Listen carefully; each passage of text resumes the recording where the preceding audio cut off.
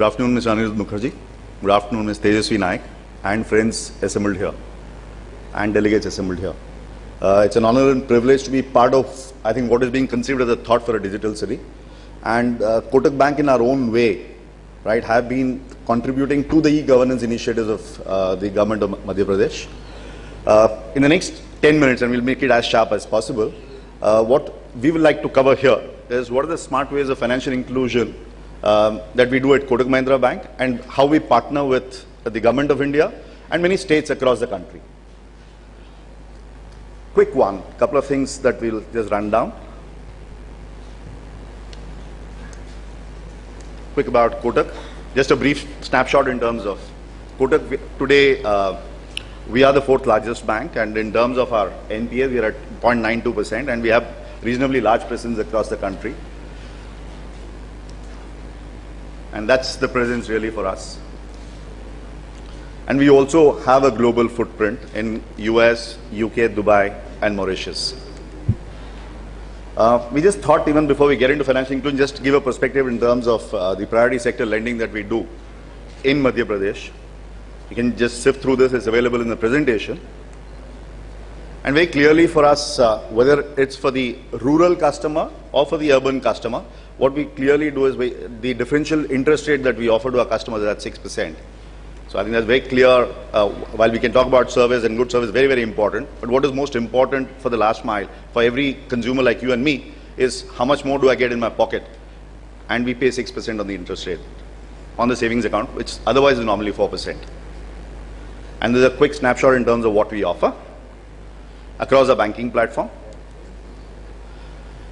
The next few slides I'll delve into what we have done in across the country and few states, and subsequently I'll just focus on 2 key initiatives which the Government of India and the state governments are driving, and what we do in those two products really.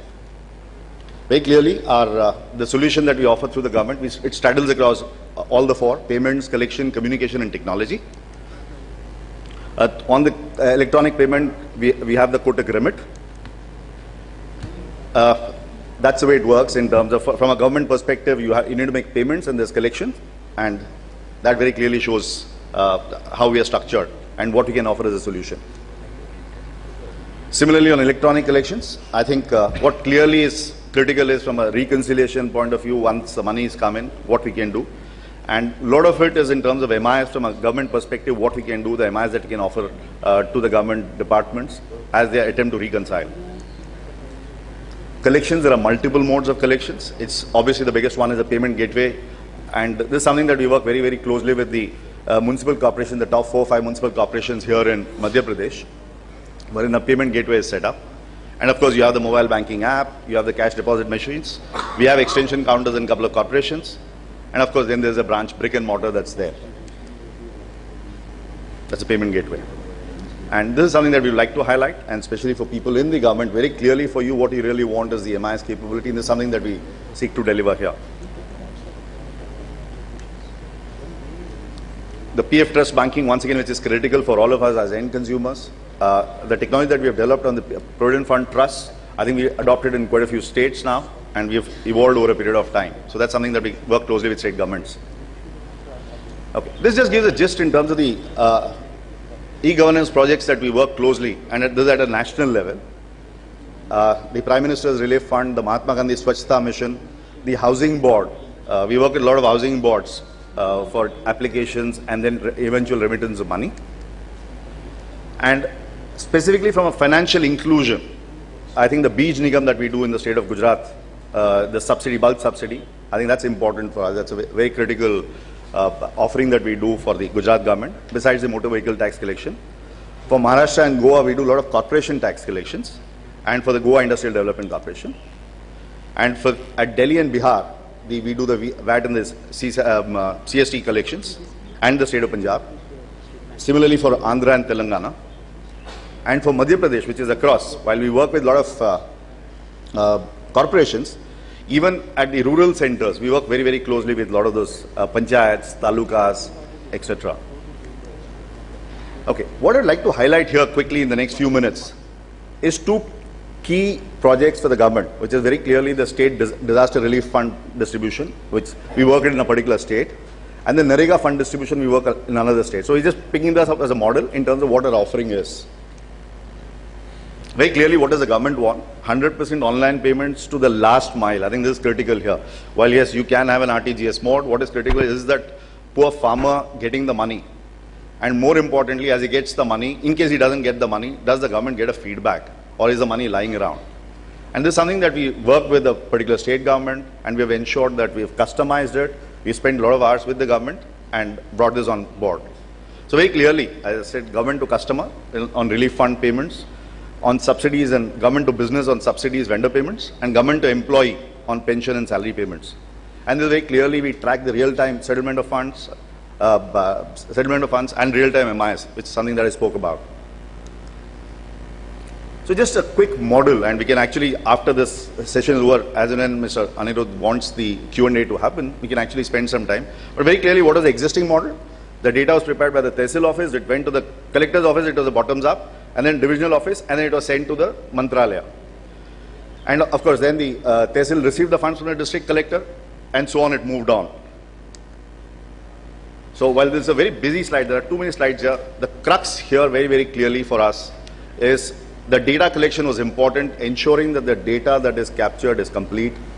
And more importantly, as it goes through this flow, right, whether it's in terms of data collection, whether it's in terms of the maker checker, whether it's in terms of payment of compensation where the village and the Tehsil is involved, or in terms of the compensation, how you compensate the, how you calculate the compensation.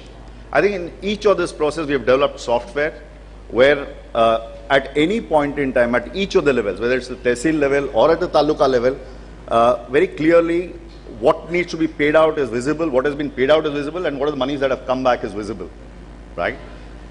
And more importantly, at a central, and somebody like Mr. Anirudh, at a central place, he has an MIS where he knows exactly what is the money that's gone, what is the money still which is there in the system. And this just to give you a perspective in terms of the kind of detailing that's gone into it in terms of unique number, the Aadhaar number, name of the farmer, the year of calamity. Of course, as I mentioned, this is about a specific disaster relief fund that we have developed for a particular government. And of course, the fund movement. And then of course, the way it's done is through Kotak Bank, there's a bridge software, it goes into a master database. There's a daily statement, which is report from the software, and this very clearly is a daily reconciliation that comes in at the topmost level, very clearly. Similarly, this is on the NREGA, which we've done in one of the states. Now, while NREGA, yes, I'm sure a lot of banks, a lot of financial intermediaries do it, what we'd like to highlight here is for either it's a nationalized bank or a private sector bank, the reach is only that much in spite of the wide network. Also, what we, in this state, the cooperative bank is very, very strong and deeply rooted in the rural areas. So what we have done is beyond what we do through our own network or through the nationalized network, we actually tied up with the cooperative banks to ensure the last mile, once again, the poor farmer in that village or in that taluka also gets the benefit of the NREGA payment. As I mentioned this, here very clearly that's a pyramid, and through either post office or cooperative bank, we have done this. And that's very clearly the process. Once again, we can take this up after this presentation is over. But there's something that we want to highlight here. I think while you tap with the cooperative banks, work through the system, I think the fact that you could reach the last mile, you could reach the last village, the last taluka, is something that's been of great satisfaction to us. And that's very clearly the solution. As I said, the data moves from departments to Kotak. Kotak Bank will make the online payment. Cooperative Bank will provide confirmation about payment to beneficiary account. And of course, Kotak Bank, both to the government and to the beneficiaries, the MIS is always available. And as I said, this is a process that we've incorporated. And some of the things that we do on financial inclusion initiative is just some of those things that we have done in governments. Similarly, we go vernacular and markets and actually go and spread this message. And these are some of the enrollment camps that we have done through BCs, customer service points at villages. And of course, beyond this, I think we also are coming back to slightly the urban space. We are on social space through our Jiffy accounts, etc. And as I mentioned earlier, we work with a lot of corporations. DDA is one example here, but similarly Jaipur Development Authorities, etc., where there is work that is that we do for them for their housing schemes. And it's something that we've been talking here also in Bhopal and Indore. and this is for the Morbi Mahanagar Palika, and that's for Ahmedabad Municipal Corporation. So very clearly, just as I end this, what we would like to highlight here is, on the financial inclusion space, we are very, very excited. We understand, even as we work closely with the government, with the state and national government, with the central government, there is a huge opportunity, okay? And with the payment bank coming in, and we are one of the partners with the payment bank here, and I met one of the senior officers here, and he was very excited with the fact that we have tied up with one of the service providers, and sir, they were very, very keen that we come back to them in terms of what we could do for Madhya Pradesh specifically, sir. So there's something that we have to come back. So that's about it, sir. Short and crisp.